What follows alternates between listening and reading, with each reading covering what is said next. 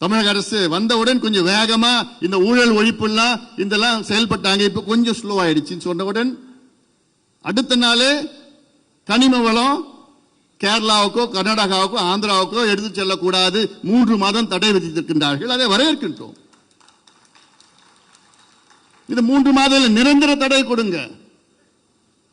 அது மட்டுமல்ல, கடந்த ஆட்சி காலத்தில் அது யார் கடத்தினாங்களோ அவங்களுக்கு சிபிஐ விசாரணை பண்ணுங்க. சிபிஐ ஏன் விசாரணைனா அது இன்டர் ஸ்டேட் ப்ராப்ளம்.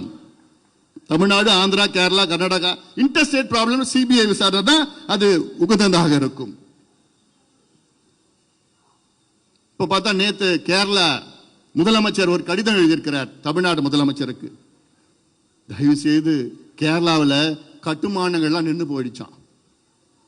தயவு செய்து அந்த குவாரி அந்த கனிம வளத்தெல்லாம் தயவு செய்து மறுபடியும் அனுமதி கொடுங்க.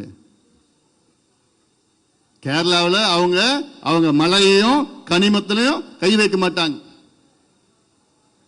அவங்க ஆத்துலயும் மலையிலையும் கை வைக்க மாட்டாங்க. கர்நாடகாவிலையும் கை வைக்க மாட்டாங்க. ஏன்னா அவங்களாம் பாதுகாப்பாங்க. ஆனா நம்ம இழிச்சவன், நம்ம அழிக்கலாம்.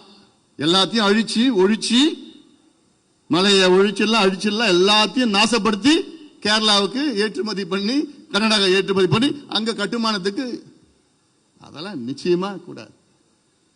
தடை பண்ணுங்க. அதனால இது ஒவ்வொன்றாக நாங்கள் நல்ல யோசனைகள் தமிழக அரசுக்கு நாங்கள் சொல்லி வருகின்றோம். தமிழக அரசும் அதை நல்ல வகையாக ஏற்றுக்கொள்கிறது. இதுதான் நல்ல ஒரு அரசியல். இதுக்கு முந்தைய காலத்தில் எவ்வளோ யோசனைகளை செஞ்சோம், சொன்னோம்.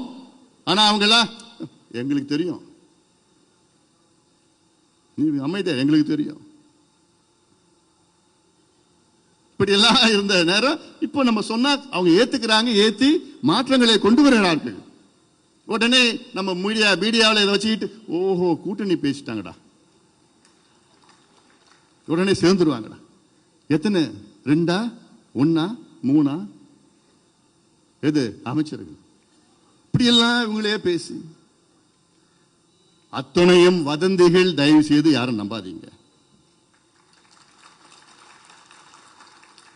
நம்ம ஒரு ஆக்கப்பூர்வ கட்சியா இருக்கிறோம். நம்முடைய இலக்கு 2031